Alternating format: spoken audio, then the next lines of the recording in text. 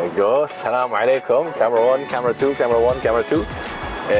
Shawn Chidiac, also known as My Parents Are Divorced. And today we're gonna go to a cafeteria, try some random item menus, whatever. But first, we're picking up a very special guest. Assalamu alaikum, you need menu? Hello. Assalamu alaikum. Walaikum salam. You know like Kim Kardashian, when she comes in, she's like, Marhaba. Marhaba! Anna, it's me. Anna, it's me, Kim Kardashian. Kim Kardashian. Hi, Okay. Shawn. Seatbelt, please, madam. Okay, so we are going to... Where are we going, Shawn? We're going to Antar Cafeteria. Yeah, I know we've done this a little differently, guys. We have Shawn here from Khaleej Times interviewing Yasmin from My Parents Are Divorced. Please don't interview me. Do you know the effect that your Instagram handle has on people when I say to them, "Hi guys, do you know my parents are divorced?" Have you ever thought about that? Has there been, I didn't until it started happening, but has there been multiple situations that happened with you, or is that a one-off thing? Yeah, no, it happened 2 days ago when I went, I was in the office and I said, "Hey guys, do you know my parents are divorced?" And everyone was like, "Whoa, whoa, whoa." Okay, what, you want to talk about it? I'm like, no, the guy, the comedian, the Instagram handle. And they were like, "Oh no," or some of them knew you. The best story I've had of that so far was a guy, so there's the owner of a company, I'll reserve names. Okay. But the owner of the company, I had a meeting with his team, and he basically wanted to bring me in for a campaign. So he sat down, and it was basically before the rest of the team came in. So this guy, let's call him person A. Yeah. And Arbab. Okay. So Arbab walks in, and he sees person A. He's like, "Do you know my parents are divorced?" And he's a very stoic, very serious face. He's like, "I wasn't mentally prepared for that. Yeah. But I thought he was finally opening up to me, and he thought that they were connecting." No. So he looks at him, and he goes he's like, "Are you okay? My parents are divorced too, and I'm happy you talked about this." And he goes like, No. The guy started opening up. Yeah, no, he didn't start opening up, but he started saying, he's like, "My parents are divorced too, and I went through a tough time, so I know how it feels. Do you want to talk about it before the meeting?" And he goes like, No, the guy on Instagram, and the seeing them reenact the story for me was the most priceless thing, and you could never anticipate that would happen. It's just supposed to be a name, you didn't think that it would actually happen. Also, you got some nice swirls going on with you. Oh, okay. Thank you so much for letting me know. I thought you were doing it on purpose. No, It's a bold move. We're not doing that. We're not doing that. For some reason, it just came out My Parents Are Divorced. I used to make these jokes a lot with my friends. Yeah. They would say they would miss me out or something "Oh, who wants to order whatever?" And I'd be like, "What? It's because my parents are divorced. You don't ask me." So these stupid jokes, It's the most unique Instagram handle. What can I say? Good job. Thank you. It's hard to be unique in a world that's saturated with everyone trying to not be unique. 100%. So Shawn, you do a lot of character impersonations. Yes. Okay. You do so many character impersonations that I don't actually know where you're from. For one time, I thought you were Egyptian. Then I thought you were where are you from? That's a secret.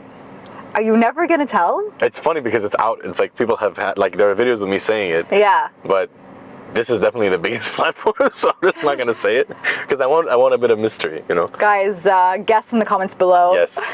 Subscribe, and share. This one's the fish eye. That's everyone's gonna see your nostrils. My pores and everything. Everything. So, can I guess where you're from, or is that bad? You can guess, but I won't say if it's right or wrong. Okay, you're Palestinian. Okay, I see where this is going. Take us through the journey of how you started. Did this start when my dad cheated on my mom? Yeah. Okay. I don't know how PG we're allowed to go here, but you get what you pay for. Okay. The Instagram handle, everything aligns, so we can't say anything. Did you start off as a comedian, stand-up comedian, or how did this all start for you? It started with jokes with my mom at home. Mm-hmm. Single parent, angry Arab woman vibes. Very. She's a serious woman. That's content. Yeah, always. And I used to grow up watching a show called Mind Your Language, which makes me feel like I'm 100 years old now, but it's a great show. How old are you? It's don't worry about it. Okay. And again, age, ethnicity, race, all of the above. We're not talking about that today. No, they're all information accessible on the internet. but I like the deep dive. I like when people go in a little bit further than just like a video. We're not okay. Fine. Okay. So, and it just started with me like hearing the accents on that show, because the show is basically. Have you watched it? Which show? Mind Your Language. They're trying to learn English to get like citizenship or something like that. Oh, okay. It's an old British show, and there's basically people from all over. There's a Spanish guy, there's an Indian guy, there's like an Asian woman. There's a mix of characters. And the funniest thing is that the accents are quite thick, and they're meant to be like very on the nose, like stereotypical. Yeah. So hearing those accents and doing them for my mom, I saw one day she came home from work, and I said the joke, like I said the line from one of the Indian characters, and she like kind of looked at me, and she like smirked a little bit. She didn't really laugh or smile, but like that, the crack in her stoic face changed everything for me. And I was like, this is it. This is the moment. And so from there, I kind of wanted to start pursuing something that could make her laugh, not just like smile. So I started learning accents, and it's just like a song, you know, you hear it and you know the lyrics. Yeah. So I started to repeat it, and eventually I started to get better at it, and then she would start to call her friends to come like watch me do it. Like we're in the house, they're having coffee, and she's like, Shawn, come here. And like, come here, entertain us. Entertain. So I would be there like, you know, dance monkey dance, and I would do the jokes for her. And I started seeing that there was like some positive reaction, and then I started to like really enjoy, like my friend group was super diverse, had a lot of Indians, a lot of Filipinos, a lot of Iranians, a lot of like all sorts of Arabs. And, like, so all the accents that I pick up are people that I grew up around. And it basically started to transition into videos when a friend of mine kept on repeating each time. Like he's like, you need to post these, because I used to take Snapchats and send them to my friends. Okay. And so he was like, just save the ones that you already have and just put them so you can watch them. And so some friends were like, yeah, I want to show my mom this video, I want to show my grandma this video, which is so weird, because when I actually meet grandmas, like their family, and when I go to their family house, and then I'm doing an accent and I see them and I'm like, hello. Like, it's such an awkward, like, how do I behave? Like, am I in character or am I not in character? Like, how do you behave when you say some outlandish things online, and then you meet them? Like, 'cause some of my videos aren't obviously kosher. Yeah, the most like PG. Always halal, but never PG. But, like, Yep. So that's the weird balance. But anyway, so I said, okay, I'll put them on my Instagram. I created an Instagram and just posted them online, and then that kind of took its own life. And I posted super inconsistently. I've been doing it for like 6 years now, but no one knew about it. No one really cared about it. But like, when you consistently start posting, that's when people started to see it more. But the thing is, you blew up like last year, right? Or am I just late to the game? This year. This year. Yeah. But I've been doing this since like 2016. A lot of people who do characters and impersonations, they are inspired by like people they meet in real life, or like they have a cousin, a friend, or whatever. Your characters are very specific. Like, are they based on anyone you know? They're not. So none of the characters are based on specific people, but it's a culmination of different people I grew up with, people I've shared moments with, stereotypical things, very uniquely attributed characteristics to people I've met along the way. Yeah. And I've traveled to, so a lot of the places that I've done accents of, I've traveled to. In India specifically, I've been to India a few times now. Okay. And I love it. Like, I've been to not too south, but my next trip I'm planning to go south. Yeah. I've been to the north, I've been to the east, I've been to the west, and I've picked up the different You picked up the different like dialects. not just the dialects, it's the people stereotypically for an Indian accent, they always assume that there's like a head bob. That's like very, like when you do Indian, they're like, oh, it's like, but it's not. I mean, it's there, but it depends. Like, it's not side to side. Like, it depends on what you're asking. There's a cadence to it, you know? Like, if you're being asked a question and they're listening, there's like a small, like, it's almost like a figure eight, you know? It's there's different nuances. Sorry, that's the word. Nuances of a character that you pick up just by being around people. And I love that. I love to feel like I can belong to many groups. And I guess it's maybe like something of wanting, you know, acceptance deep down. Yeah. And just being a part of different groups and picking up the little nuances makes you feel like you're a part of something bigger than yourself, which I really enjoy. Like, community is a very important thing. That's what I love. So it's a mixture of all these different people that I've met. And so this Persian prince character I have is based off like a lot of Iranian friends. Farzad? Yeah. Farzad. Farzad. Okay. So he's a mixture of a lot of people that I grew up with. Like, how deep does their like character development go? Do you know like Farzad's like likes and dislikes? Oh, for sure. For sure, 100%. Really? Yeah, but it's not nothing I prepare. It's something that just happens. It's something that just happens. Like- So what does he like? Does he likes attention? He Yeah, of course. he likes money, obviously. He likes gold. He is golden. He is okay? golden? He is tala. Okay. This means golden in Farsi. Okay. Attention, I don't like, but I have. Okay. It's not problem. Money, I also like. So if you want to give me money, I take from you. Okay, so all of it. You want everything. He likes everything. You want everything. But it's something you figure out as you do. What does he not like?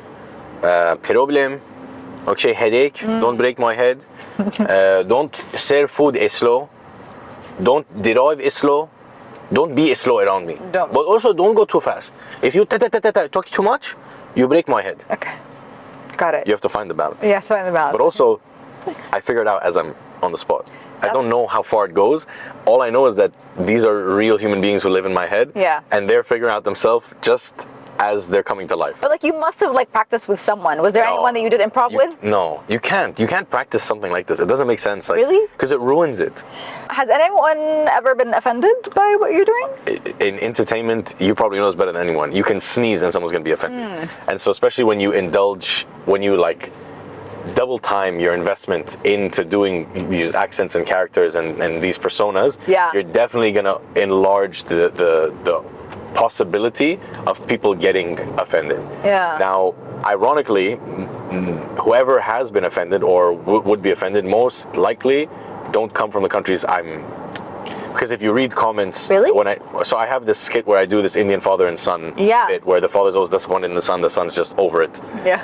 If you read the comments and if I like open up my DMs, it's a lot of people from India going like, this is too accurate. Like this No is way. exactly They like it.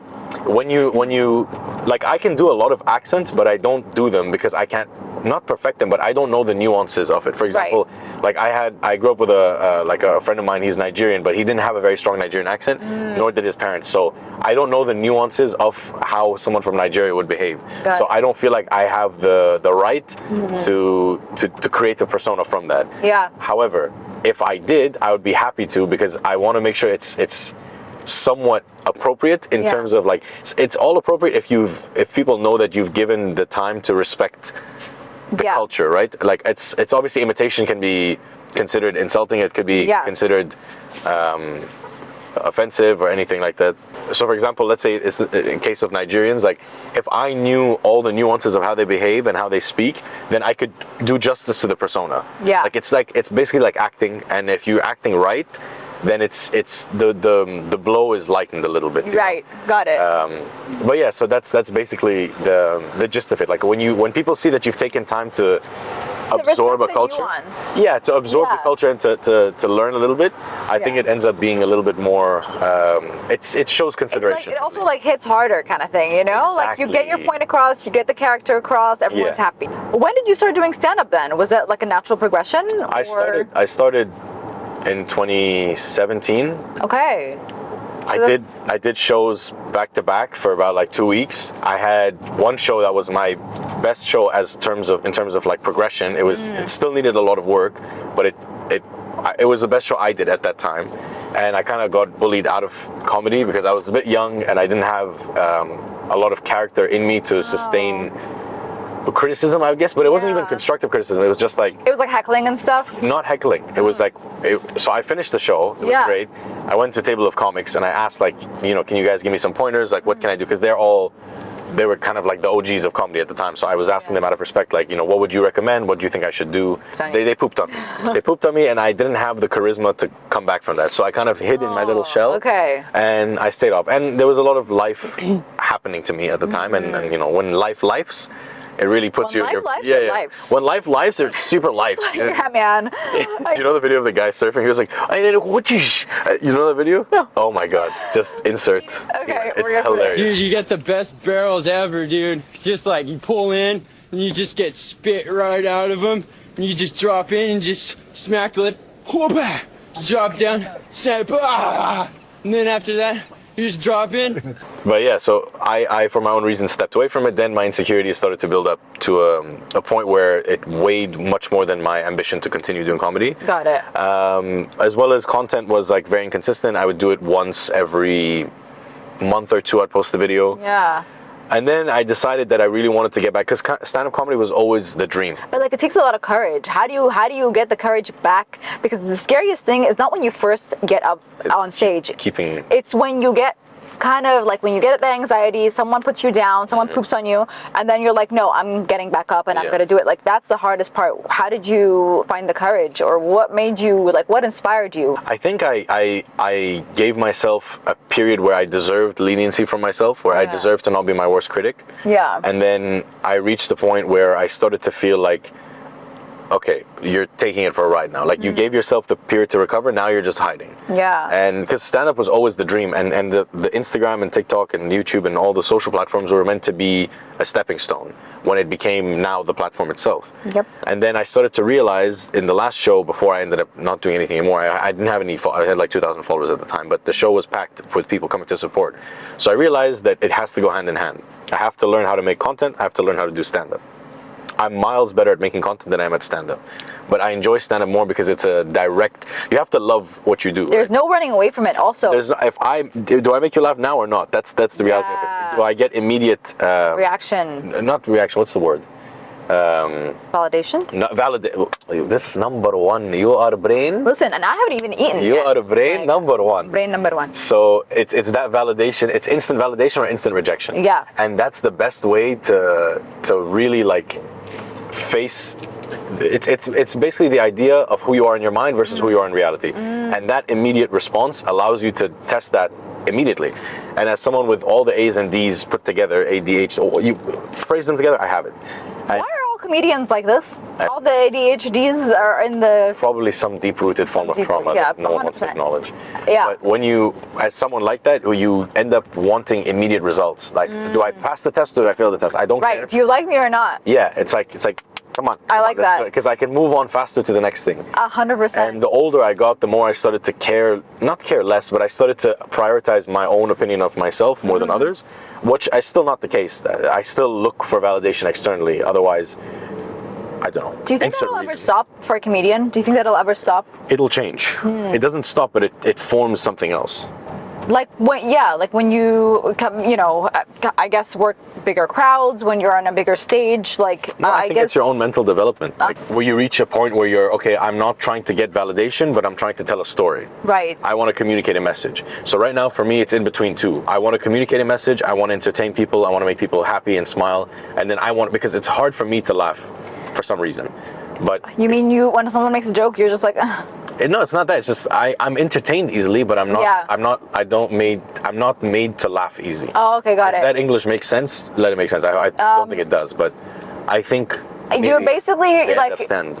You understandation how I speak. I'm not And it understanding, makes it- but yes. I will go with.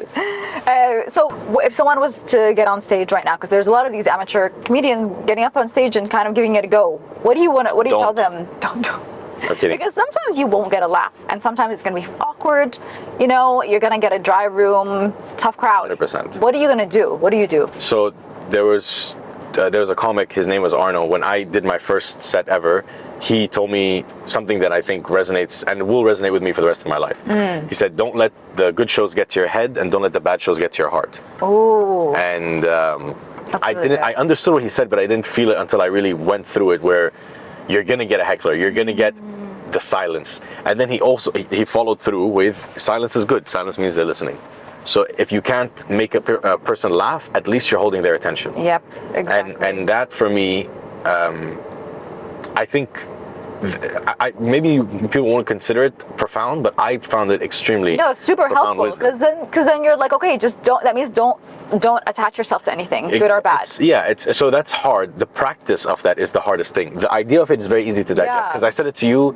I don't know if you've done stand-up, but you accepted it immediately. No, but I've been on stage before and I've done emceeing before, and sometimes when you have a bad show, You're not getting that feedback. Yeah, it happens. And so that basically hits a second nerve where now you question, okay, cool, I can digest that idea, but how do I practice it? But yeah, so in that sense, the only thing to practice is just keep doing it. Okay. Like repetition, as bad as repetition can feel, like as uncomfortable as it is, at the same time, you will always have, you'll have to do it. It's not really like a choice.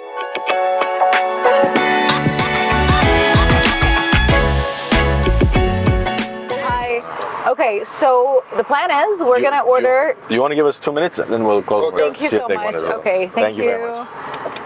The key to knowing Yeah. if a cafeteria is good Yeah. is how flexible is the menu. Does that mean This is good. how long it's been out in the sun for? It's just how many times it's been used. It's just how many? Yeah. Okay. Does it smell like It's been It around. smells like a chicken zinger, which is good. All right, so we got some Jazeera juice, we got Corniche juice, Jumeirah juice, Lexus juice, Burj juice, Hafiz juice, Corniche juice, Calavera Faluda, juice, Nari Nari, Hiba special, Hiba special. Mazboot. Was both, yeah, just right. Would you ever like act? Would you ever? I would love to act, yeah. I think you should go for that. Like Now that I quit my job, Yeah. I'm really going to pursue bringing... so the content is always going to remain, like the short skits, I want to keep short skits, but in parallel, I want to start investing into more mediums of entertainment, acting, stand-up, music, Yeah. a lot that I want Would to you get. ever start a series? You should start a series with one character. All in the works. Yeah. All in the works. Amazing. So the only thing I'm missing is like people who want to be in them Yeah. and people who can help me shoot and edit them. Yeah. So, Khaleej Times, use your network, please. Yeah, so I'm planning on doing open mic nights where I'm hosting it and anyone, you can come. If you want to try your hand at open comedy. Oh, it's not a bad name. Open comedy. Open comedy. So if you want to do open mics, you just have to send me a DM. I'm going to organize a website where you can register and make it a lot more, Yeah. neat and tidy. But until then, I'm going to organize it the way I have so far, which is just manual entry. I'm potentially looking at long-term contracts with venues to do stand-up more reoccurringly and longer form skits for sure. Nice. So I want to get onto the YouTube trend, and You should. it's a great way. I've been watching YouTube since it came out in like 2005-06. Like I've been on the channel for a long time. Yeah. Platform? I don't know, but everyone has YouTube channels. They don't have, Yeah. you know what I mean? So I've been watching a lot of YouTube when I was like growing up. Even now, like sometimes I prefer it to streaming platforms depending on, what I'm in the mood for. So I want to get involved in that. What is the best comment someone's ever sent you on Instagram about your comedy? A comment, I don't, actually there is a particular comment, but it's more the DMs that like people are a bit more intimate with. Yeah. So someone said, Or DMs, actually. It could be both. It could be any. so for the comment, there was someone who said, "You're this generation's Charlie Chaplin," Oh, which I wow. literally I don't read comments. I'm too insecure for comments. Yeah. Because I watched the podcast with Dave Chappelle and Joe Rogan talking about how they don't read comments, and I'm Yeah. like, if the goat doesn't read his comments, I'm not. Yeah. Like if Dave Chappelle can't tell the comments, who Yeah. am I? So, but occasionally my mom will screenshot one and she'll send it to our family. Go, look, Shawn, what they said. Then I'm like, oh. That's so nice. That was a very sweet comment. That made me really, because I loved watching him growing up. Like Yeah. Charlie Chaplin was one of my favorite things growing up. So to be compared to something like that is ridiculous. Yeah. Especially when you don't have the best image of yourself. Like it's always Yeah. nice to have something that positive. And it's a unique comment. I've never received something like that. That's really cool. But you talking about the insecurities and stuff, like, do you think comedy is a coping mechanism all the time? Oh my God, yes. Yes, it's if not for you, for someone else. So sometimes you do comedy for yourself that connects with other people, but comedy is a coping mechanism in every positive way. Yeah. So there's comedy that people just use to entertain. Some people use it to make themselves feel better. But in any sense, it is meant to cope with whatever's going on. Right. Natural disaster happens and you can slip in a good joke that's timed well. You can alleviate the whole, I was about to say scenario. It's a new language. We're making... Scenario. Look into my brain. So, for example, there is a guy who passed away, and he recorded an audio of him knocking in his coffin and saying like, "Let me out! What are you doing?" Like, I guess that might. What do you mean after he passed away? No, not from beyond the grave. Before he was he knew he was dying, so he pre-recorded Oh, something, got it. and he put a speaker in his coffin, and his family knew that it was going to happen. Yeah. So when he was being lowered into his grave, the audio played, and he started singing a song, and he was like, and he made it entertaining, and Wow. the video has everyone laughing, and you can see that some people are crying even harder because of it's a his essence, like it was there. Yes, and that's the thing. That's a perfect example of a very serious scenario. Yeah. That is immediately lightened, and it's as if the person is immortalized forever now in that idea, in that moment. So you have the depth and weight of that, which is Yeah. a coping mechanism, and you have the coping mechanism if something happens to me. I like to make a joke out of it because that makes it more digestible for me. Some people sit and journal and meditate. I journal. I keep this with me, and Okay. I do my writing when I have something. You write your jokes in here? No. Okay, no jokes. I don't write jokes. Oh, you don't? All the stuff I've done in the last shows I've ever done, like none of them have been prepared. Where do you think comedy is going to go next? Do you think people are going to be doing more like It's gonna get wilder. pre-recorded stuff, or do you think people are going to be doing more live shows? Both. People missed since COVID. People have jumped back to the opportunity to do things in person again. Yeah. Which is nice because it was lacking that. Yeah. Because people kind of got used to it. Like even shows, theaters, plays, everything kind of started to die out a little bit. But now people are craving that in-person action. Our food is here. Our food here. This is Khaleej Times burger. Hey, Khaleej Times. Shout out to the gang. Sandwich. The podcast that you do, Yes. is it real? Is it real? Like you say? No, it's two people who are really there doing a real podcast. No, I understand, but like the things you say are so nonsensical to the point. That reaction is easy. I mean, What do like, you mean? it makes no sense. It makes no sense. Like what? So maybe someone with no IQ? Yes. But can I tell you something? It makes It's no not real, sense. but it makes sense at the to same the time. point like where it's a relief. I'm like Yes. so relieved when I watch it because I'm like, oh, I don't have to think. You don't have to think.